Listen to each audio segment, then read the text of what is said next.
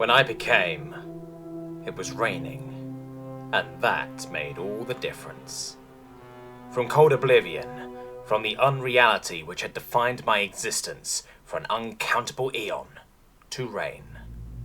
The rhythmic tapping of droplets of water called from their fall to earth, coalesced out of the air itself and hurled violently to the ground below. I held a hand meant crudely to mimic the dominant sapient life form and watched as the droplets slapped against my skin, cratering and rebounding in a fractal repetition of their lifespan.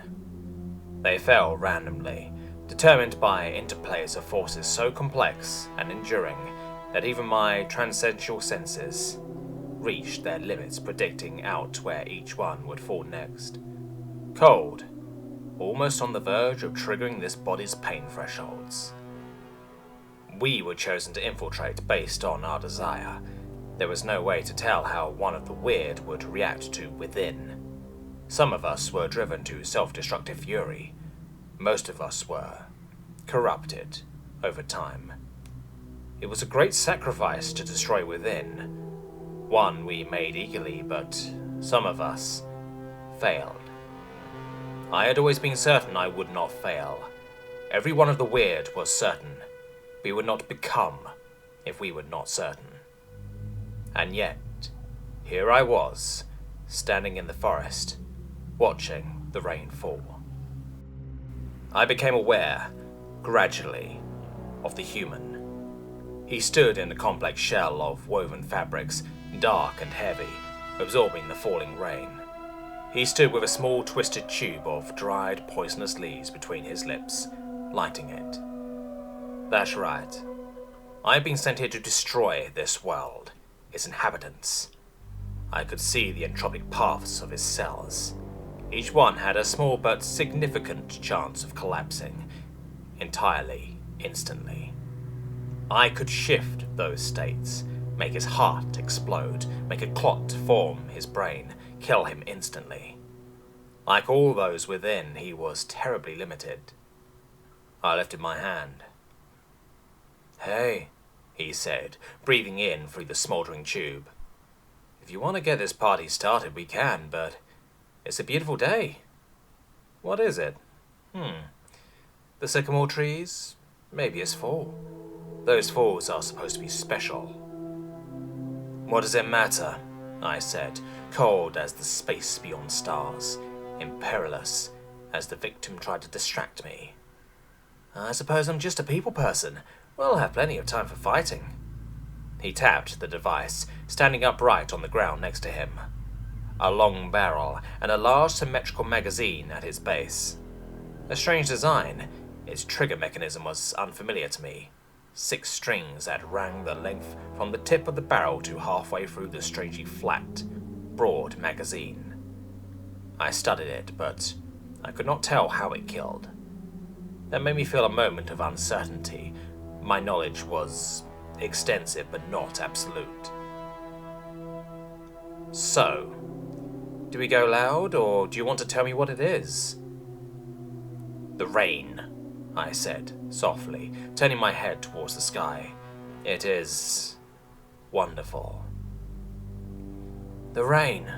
A good choice." He was quiet for a moment. "If the others win, if the weird wins, it ends, you know. The rain." "It will end anyway," I said.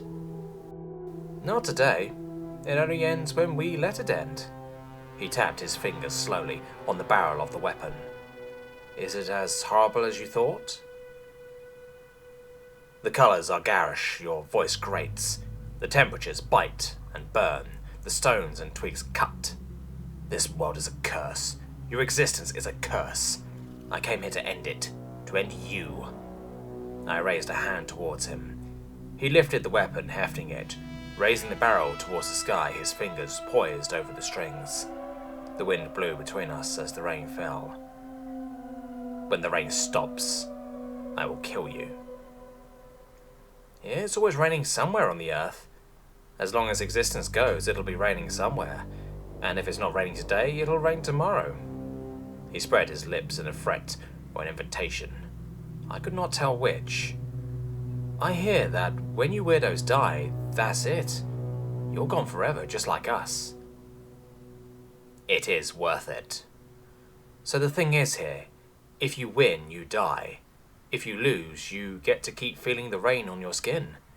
If you help us, you might even make it last a bit longer. You think I would betray my kind, my mission, my beliefs for rain? Well, I don't know, said the man. I'm a hopeful kind of person. I like to think that everyone has a little good in them. What you call good is merely what preserves you. It is a selfish desire. Ah, now, don't be harsh. It's not just about preserving me, it's about preserving the rain. Preserving all the good things. Who knows what you might find in this world? What might be a pleasant surprise? You don't think it's just the rain you enjoy, do you? Even if it is. He laughed, a rich, low, smoky sound. Man, all the different kinds of rain in the world to see. Isn't that a blessing? Doesn't it make you want to see tomorrow? You seem very confident in your ability to stop me. The wind's been trying to break us 10 long years and you haven't won yet. Most humans haven't even noticed. 10 years is but a blink of the eye to us. And to us is practically a lifetime. Probably the reason why we're still winning, he smiled. That, and there's something about existence that's a little bit addictive to your kind. What do you say? Are you tired of the rain yet? I curled my fingers slowly, watching that strange weapon. Fear. Was that fear? That prickling in my stomach, that uncertainty, that reluctance that tickled at my fingers and froze them when I tried to snap them, to sever the nerves in his third cerebral vertebrae. It would kill a human instantly. It would happen faster than his synapses could fire. It had to. Feel that? It's fear. The knowledge of what you have to lose. All the rainy days you'll never feel if you fight and lose. He smiled. You don't have to fight for us, but we're the ones who keep the rain falling. So, unless it's all the same to you. What is that? I asked, my eyes fixed on the weapon. Your kind are limited. You couldn't possibly have a weapon that could harm me. Well, this weapon? It kills monsters. He brought his fingers down and I braced myself. A soft, thrumming sound filled the air as the strings vibrated, warm and gentle.